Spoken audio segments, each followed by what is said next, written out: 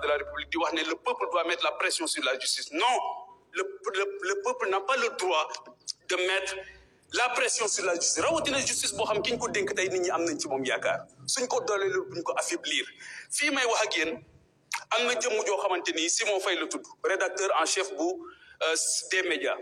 Simon Faye bokk na ci taskatu xibaar yi gën a respecté ci Sénégal ci probité ci intégrité nécessité d'enquête ñu ne moo tax tey ji ñu téye ko ay fan këram. Donc actuellement jàpp nañu ne képp koo xamante ni dañ ko identifier comme noonu premier ministre Ousmane Sonko dañoo war a dal ci sa kaw te loolu jàpp naa ne yow benn noonu nga war a am mooy ku noonoo réew mi mais lépp loo xam dafa jëm ci yow jàpp nañ ne war nga ko mën a jéggale bu fekkee ne comprendre nañ fii nga xamante ni foofu la réew mi toll.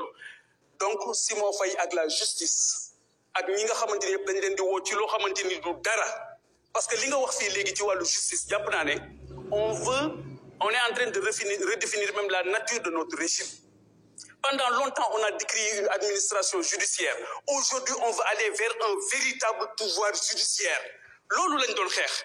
Et pour man ce pouvoir-là, dañ ko war a gën a conforter, war ko gën a liggéey bu baax. C'est pas un pouvoir des juges. Loolu tamit gars yi nga xamante ni souvent ñoom ñooy nekk complètement à côté de la plaque ñoom ñoo koy nekk di wax. Donc loolu la ñu jàpp ne dafa nekk ay problématique yoo xamante ni war nañ ci taxaw bu baax a baax daal di dimbali li nga xamante ni moom mooy encore une fois ndaw ji dooleel leen dimbali leen parce que tey ji Sénégal on parle de déguerpissement des jeunes yi nekk ci marché yi mais c'est la première fois dans l'histoire du pays où on parle de déguerpissement te kenn déggul ñu wax recasement.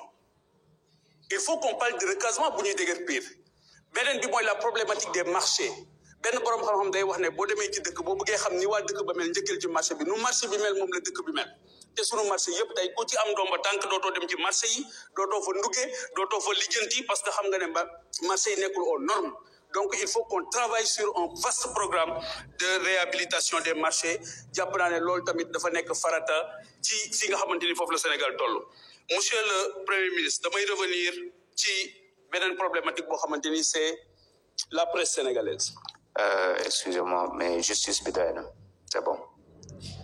Damay revenir sur la problématique de la presse. La presse... honorable question la ci benn thématique bunoo xaabaabal ci thématique yu bari donc restel ci justice bi sinon mën nga dem toog. La presse se sent persécutée aujourd'hui. Veuillez couper le micro s'il vous plaît. La presse se sent honorable, allez vous asseoir. Allez vous asseoir.